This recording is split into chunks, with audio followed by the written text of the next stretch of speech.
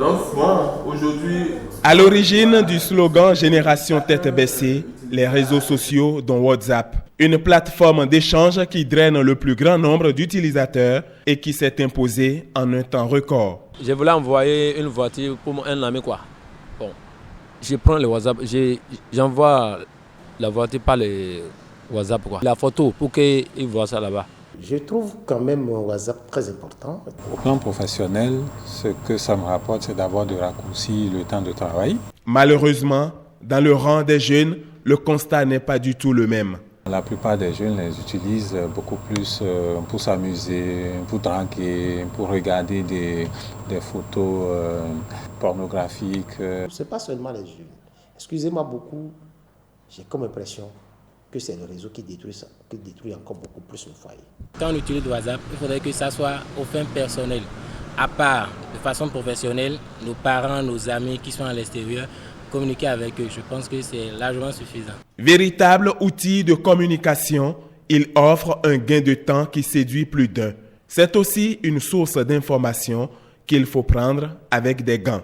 Oui, parce que déjà, quand il y a conseil des ministres, où il y a un accident, où il y a, disons, une information de façon vitale, je pense que WhatsApp est le réseau le mieux informé avant la presse. De l'autre côté, il y a trop d'intoxication du fait qu'on ne se rend pas compte, on ne sait même pas d'où sort la vérité ou pas.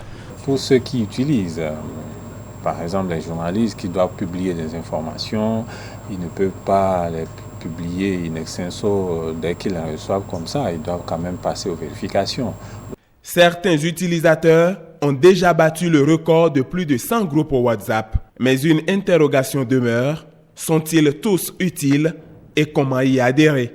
Oui, WhatsApp a été maintenant amélioré du fait qu'on envoie des liens. Donc, avec les liens, on intègre le groupe. Mais déjà sur les liens, on fait un petit bref résumé du contenu du groupe. Donc, à toi de voir.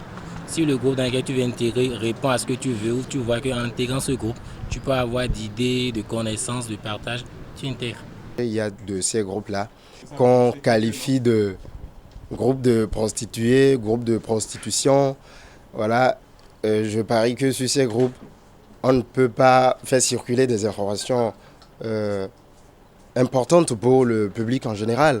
Compagnon fidèle, pratique, dont le service a un coût, WhatsApp a permis le développement de nouvelles formes d'écriture numérique, parmi elles l'abréviation. Ce n'est pas quelque chose à conseiller aux apprenants parce que nous constatons que de plus en plus, ils n'écrivent qu'au son, ils abrévient et ça pose un grand problème de communication, surtout à l'écrit. C'est complètement déconseillé d'abrévier, à moins que ce ne soit un message codé.